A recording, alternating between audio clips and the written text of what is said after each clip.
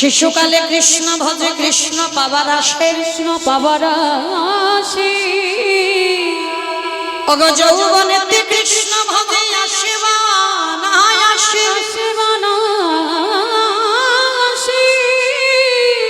অগ বৃদ্ধ কালে কৃষ্ণ ভজে জমের তার আসে। তাহলে শিশুকালে কৃষ্ণ ভজে কৃষ্ণ পাবার আসে, যৌবনেতে কৃষ্ণ ভজে আসে বা নাই আসে, বৃদ্ধকালে কৃষ্ণ ভজে জমের তর আসে। ভজন যদি করতে হয় সময় থাকতে থাকতে সকাল সকালে ভজন করো। আমাইরা একদিকে মহাজনেরা বলছেন সকালে ভজন করো, আর একদিকে বলছে বাবা কুড়ি ফুল গোবিন্দ সেবায় লাগে না। কি গো মাইরা, কুড়ি ফুল বাবা গোবিন্দ সেবায় লাগে?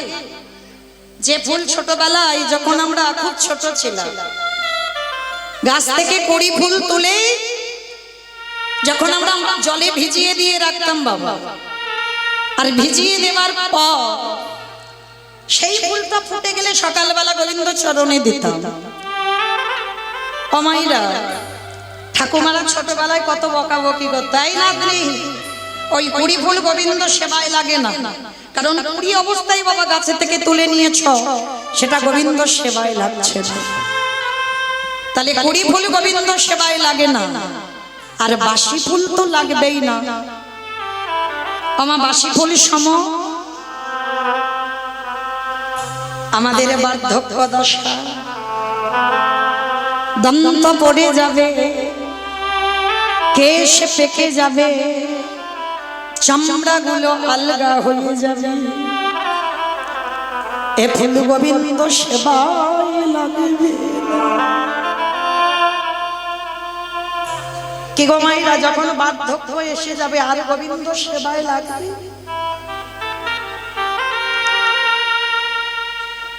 তুমি স্নান করে ঠাকুর ঘরে যাবে, একটু আহ্নিক করতে বসবে বাবা, শরীর অলস,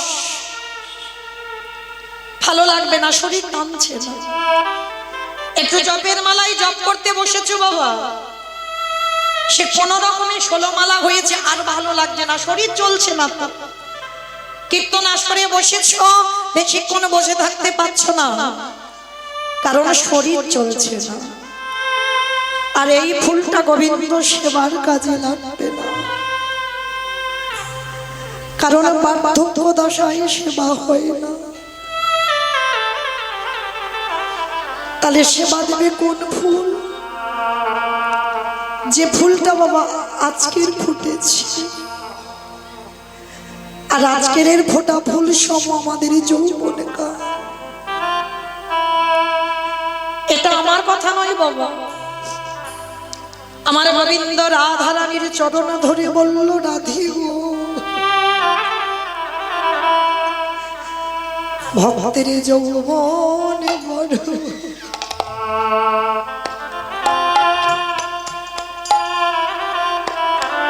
যৌবন বড় ভালো,